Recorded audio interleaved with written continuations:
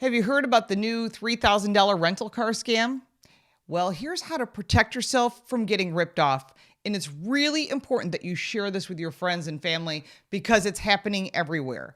Car rental companies are quietly charging unsuspecting customers thousands of dollars in a so-called damage fees, often weeks after the car has been returned. And these charges are frequently unsupported, barely documented, and nearly impossible to dispute unless you know exactly how the system works. And I'm going to tell you that. So in one case, a customer returned a rental car in Denver. No issues, no incidences, nothing unusual. Then came the $3,000 bill in the mail. The reason? Alleged hail damage. There were no photos provided at the time of the return, no damage inspection report, no conversation with the manager on the spot. The only justification given weeks later was that the company pulled weather data, using AI, of course, and determined that he must have been near a hailstorm. Therefore, he was automatically responsible. That's right. No proof that the car was damaged under his care. No proof that the damage even existed when he returned the car. Just the assumption that because he rented a car in Colorado during the summer and a hailstorm occurred somewhere in the region, he was liable. This happens far more often than people realize, and people don't necessarily talk about it. They're just very frustrated. So we're going to get in front of this because rental car companies are increasingly relying on post-return claims. Before we dive in, I want to remind you to like this video and to subscribe to this channel to keep up with what's going on in the automotive world. And here's a quick word from this video's sponsor. Would you believe me if I told you inside your pantry right now is one of the healthiest foods on the planet? Yep, it's true. It's not some weird, trendy superfood. Spoiler alert, it's olive oil. According to Dr. Stephen Gundry, a famous cardiothoracic surgeon, nutrition expert, and health advocate, you should get as much high-quality olive oil in your daily routine as possible, whether you drink a shot of it daily or you use it on your food. So how can you tell the difference between an olive oil that can boost your health and one that isn't up to par? In an effort to answer that question, Dr. Gundry has released his personal research and findings. This video has gone viral since its release, and it's important for you to see if you can start benefiting immediately. You can watch the video right now by going to getolive1.com/car or by clicking the link in the description below. People who have taken his advice have shared the results with him, saying the olive oil they bought has helped change their lives. Make sure you go to getolive1.com/car and click the link in the description below for his video. Rental car companies are increasingly relying on post-return claims. These are often triggered not by their employees noticing anything during the check-in, but by someone discovering a ding or a scratch later, sometimes days later, and assuming it must have been the last renter. Or worse, they may already know the damage was there before, but didn't assign the cost to the correct customer and are now looking for someone else to pin it on, and that ends up being you.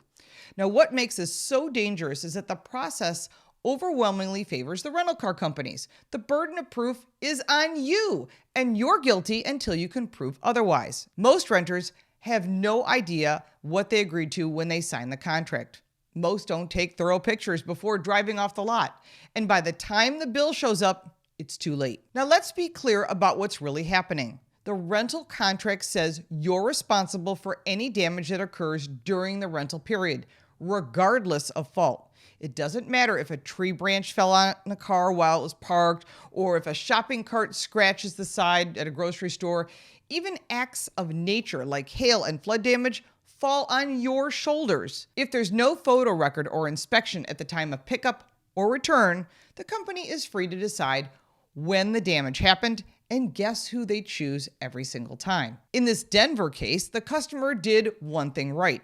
He checked the weather history from his phone and confirmed that he was never near a hailstorm during the rental period. His phone's GPS and timestamp data backed it up. But even with that evidence, the company still tried to push the charge.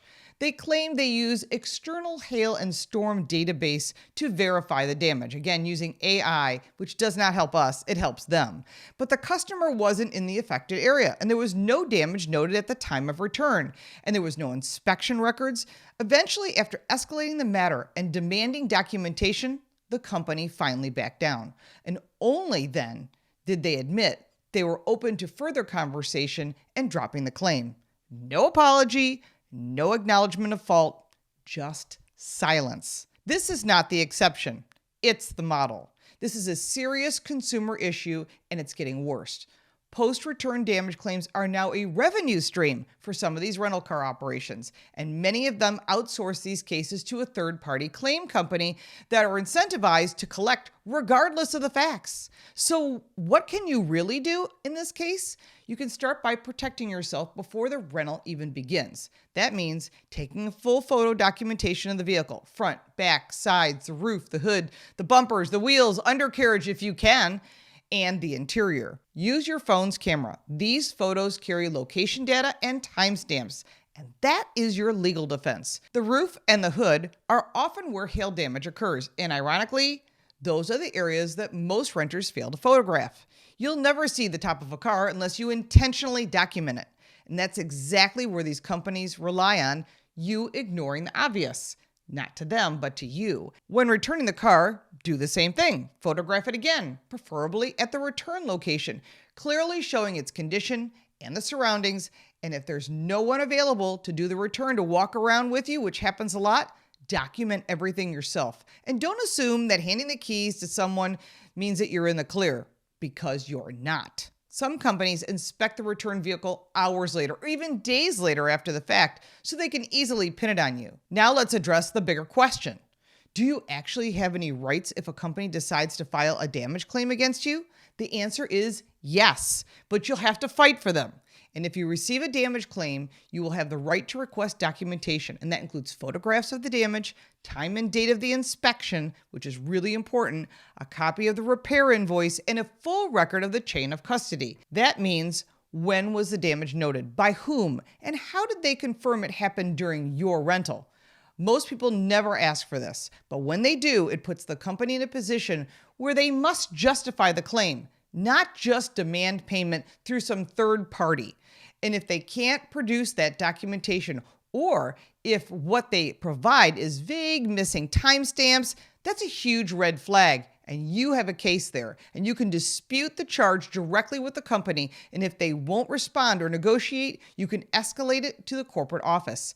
If you paid for it with a credit card, and you should, file a dispute. And in many cases, the credit card issuer will take your side if the company can't substantiate the claim. That's why these pictures and this documentation is critical. Some renters have even taken these disputes to small claims court and won, not just because they were innocent, but because the rental car company failed to provide the most basic evidence. But here's the reality. You shouldn't have to go through that. You shouldn't have to become a lawyer, a meteorologist, a forensic investigator, just to rent a car and return it without being charged for damages you didn't cause. So here's the bottom line. The rental car industry has a transparency problem. Customers are being blamed for damages they didn't cause, and the companies making these accusations are not being held to any standard of proof. And until that changes, your best defense is documentation. Take photos, keep receipts, ask for a walk around when possible, and if there's visible damage, request a different vehicle or get it marked on your paperwork. If a claim arises, don't ignore it, but don't blindly pay for it either. This isn't about one company or one customer. This is about the entire industry that has been allowed to operate in the shadows when it comes to post-rental damage claims. That has to change, and that has to change immediately. But until it does, protect yourself, spread the word, share your stories down below in the comments. I'll be looking forward to reading them.